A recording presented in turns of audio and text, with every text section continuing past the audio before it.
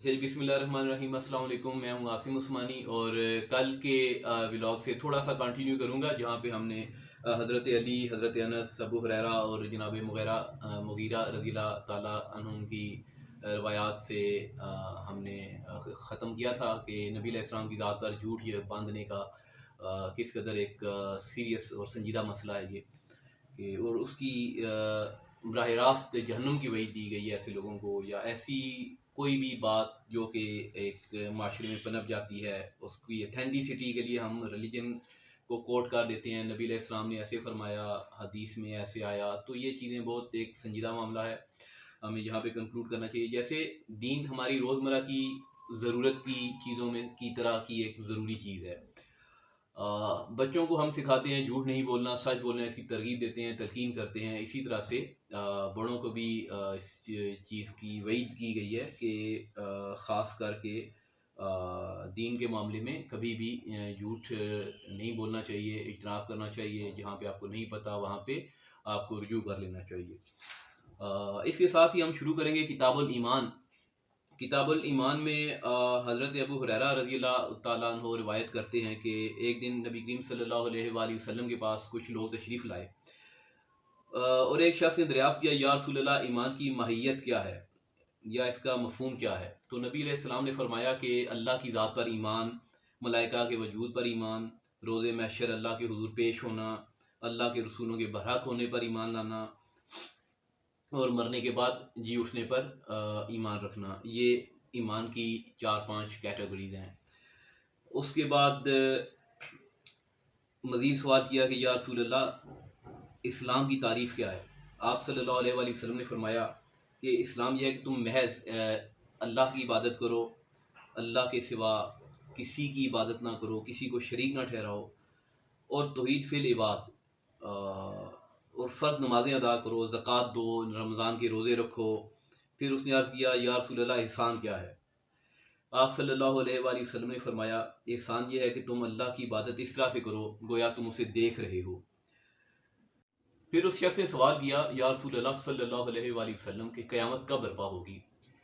नबी करीम सल्लल्लाहु अलैहि वसल्लम ने फरमाया कि क़यामत के बारे में सवाल करने वाला भी उससे ज़्यादा नहीं जानता। अलबत्ता क़यामत की कुछ निशानियाँ आप सल्लल्लाहु अलैहि वसल्लम ने बताईं, जैसा कि जब लोंडी अपने आका जनेगी, जब ऊँटों के स्याह फाम वहशी गैर मज़हब चरवाहे बड़ी बड़ी इमारतें बनाने लगेंगे और एक दूसरे पर बाजी ले जाएंगे।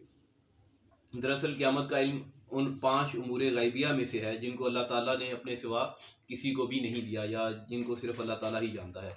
तो अब इन छोटी छोटी चीज़ों को हम देखते हैं, जैसा कि ईमान की बुनियादी जो क्वालिटीज़ हम यहाँ पे पढ़ते हैं, अल्लाह की ज़ात पर ईमान, अल्लाह के मलाइका पर ईमान, रोज़े हश्र पेश होने पर ईमान, और अबा वाल मरने के बाद जी उठने पर ईमान।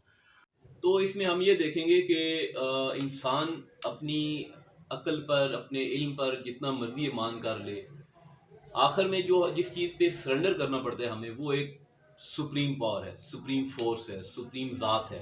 तो वो ज़ात अल्लाह की ज़ात है। तो हमें ultimately we have to go our heads, हमें अपना सर जो है सजदे में झुकाना पड़ता है एक बड़ी फोर्स के सामने, एक बड़ी ताकत के सामने, एक बड़ी ज़ात के सामने, और वो ज़ात अल्लाह अज़्ज़ व जल की है। इसके साथ हमें गायब के ऊपर ईमान, मुसलसल गायब के ऊपर ईमान लाना पड़ता है। मुसलसल अल्लाह के ऊपर ईमान लाना है। वी कैन नॉट सी अल्लाह। हमें फरिश्तों के ऊपर, मलाइका के ऊपर ईमान लेके आना है। वी कैन नॉट सी मलाइका। रोज़े हशर हम नहीं देख सकते, हम कब्र का मंजर नहीं देख सकते, हम मरने के बाद जी उठने का मंजर नहीं देख सकते।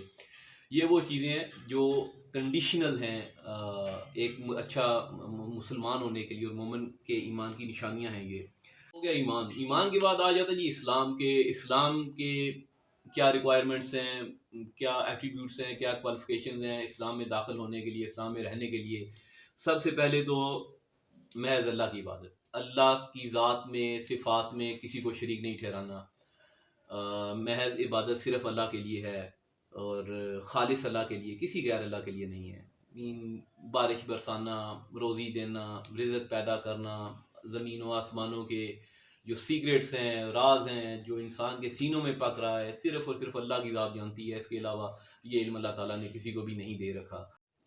और अल्लाह की ज़ात के साथ किसी को शरीक नहीं ठहराना, और नमाज़ें पढ़नी है, नमाज़ें जो कि हर मुसलमान के ऊपर हर रोज़ 5 नमाज़ें फ़र्ज़ होती हैं, फ़जर, ज़ोहर, असर, मगरिब और इशा नमाज़ पढ़ें और इसकी तलकीन भी करनी चाहिए और इसको कायम भी करना चाहिए।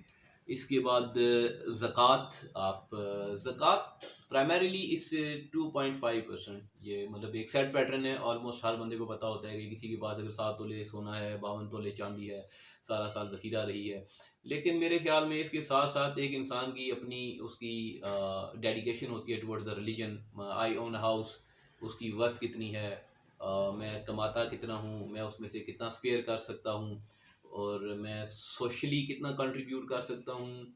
ये सारी ज़कात की छोटी-छोटी किस्में हैं, फॉर्म्स हैं ज़कात की, और जिसका अल्टीमेट पर्पज़ जो है वो एक जो आपसे कमतर माली मामलात में लोग ज़िंदगी गुज़ार रहे होते हैं, आपके मुसलमान बहन भाई, और वो लोग जो आपके आस-पास हैं, जो कि आप मुसलमान नहीं भी हैं, उनको भी एक तरग़ीब देने के लिए आपको ज़कात देनी चाहिए, चैरिटी देनी चाहिए। और इसके बाद आ जाते हैं जी रमज़ान के रोज़े। रोज़े मुसलमानों के ऊपर फ़र्ज़ हैं। मुसलमानों के अलावा इस्लाम से पहले जितने भी मज़ाहिब थे, सब में रमज़ान पहले भी था, रमज़ान अभी भी है। तो रोज़े फ़र्ज़ हैं, रोज़े हर बालिग को और मर्द व ख़ातून के ऊपर फ़र्ज़ हैं, उन्होंने रोज़े रखने हैं।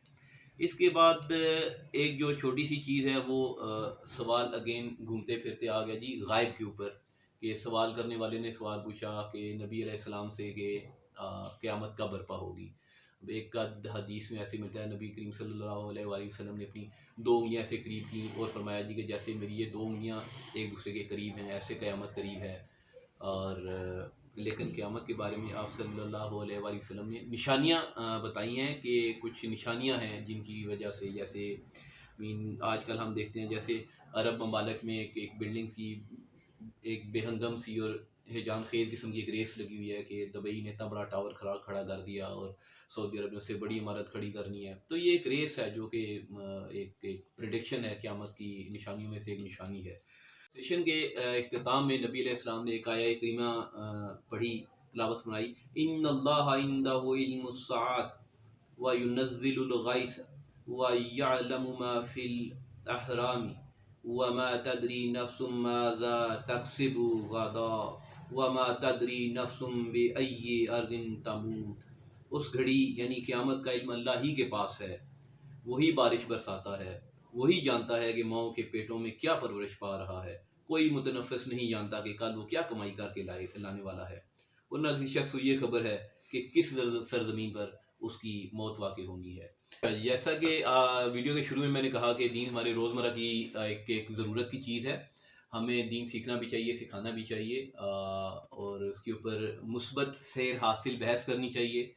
और अगर कोई सजेशंस होती हैं वो भी देनी चाहिए, कमेंट्स में सजेशंस दें अपने रोज़मर्रा के मामलात, डिफ़िकल्टीज़ कहाँ पे होती हैं, मैं कहाँ पे सही हूँ, कहाँ पे गलत हूँ, और आपका क्या ख़्याल है इसमें, कमेंट ज़रूर करें, लाइक करें, शेयर करें और सब्सक्राइब करें।